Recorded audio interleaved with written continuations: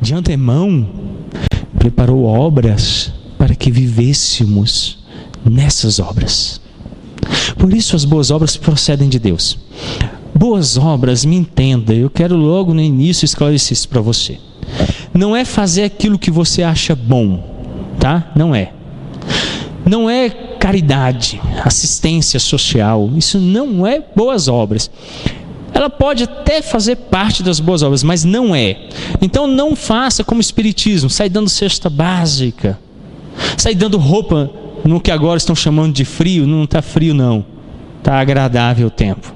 Mas o pessoal sai vestindo, né, mendigo por aí e tal, dando roupa de frio, e estão dizendo que é boas obras. Não é boas obras. As boas obras devem proceder de Deus. A primeira coisa que você deve entender é que a boa obra tem origem no ser e na pessoa de Deus. Nossa confissão de fé, a confissão de fé de Westminster, falando acerca das boas obras, no capítulo 16, eu quero que você ouça atentamente, diz assim: boas obras são somente aquelas que Deus ordena em sua santa palavra. Então boas obras não é aquele meu intento no coração, porque ouvindo o jornal eu descobri que tem gente passando frio, então eu decidi ir lá dar um pouquinho das minhas roupas. Boa obra não é quando eu decido dividir dos 5 quilos de arroz que eu tenho, metade com alguém. Isso não é boas obras. As boas obras são somente aquelas que Deus ordena na santa palavra. Então eu preciso das Escrituras, descobrir o que Deus está ordenando, porque Ele de antemão as preparou para que eu andasse nelas. Não é fruto da minha expressão pessoal. Por isso anteriormente o apóstolo Paulo diz assim: não é de obras para que ninguém se glorie. Ela tem origem em Deus. Eu só sou instrumento o meio pelo qual Deus age neste mundo. E aí ele continua. Os teólogos de Westminster disseram: não as que sem autoridade dela são aconselhadas pelos homens, movidos de um zelo cego ou sob qualquer outro pretexto de boa intenção. Então não pode ser nada que procede, como diz a confissão de fé de Westminster, de um zelo cego, ou até mesmo de uma boa intenção dos homens. Porque as Escrituras declaram que as nossas melhores obras de justiça são trapos de imundícia. Então de mim não pode proceder nada bom. Então as boas obras precisam ter origem nas Escrituras, na palavra de Deus, nos desígnios eternos do Senhor. Eu devo simplesmente ser um instrumento.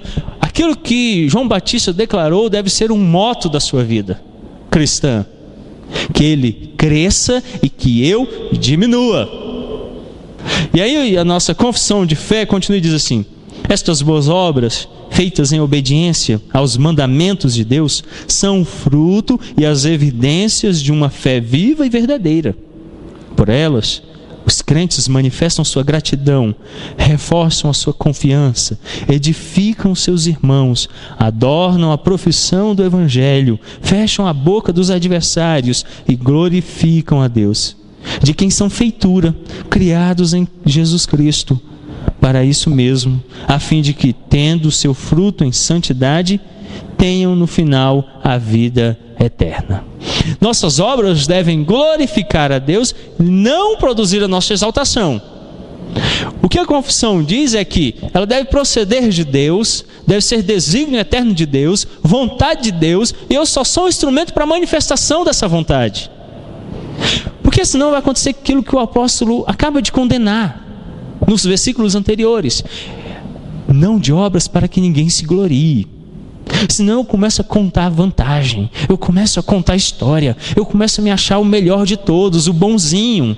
Então Deus, a fim de nos colocar no nosso devido lugar, diz assim: as boas obras que vocês realizam, sou eu que faço através de vocês. Por isso, nossas boas obras devem proceder de Deus, que é o Pai das luzes, de onde procede todo o bem. Nele não há variação alguma.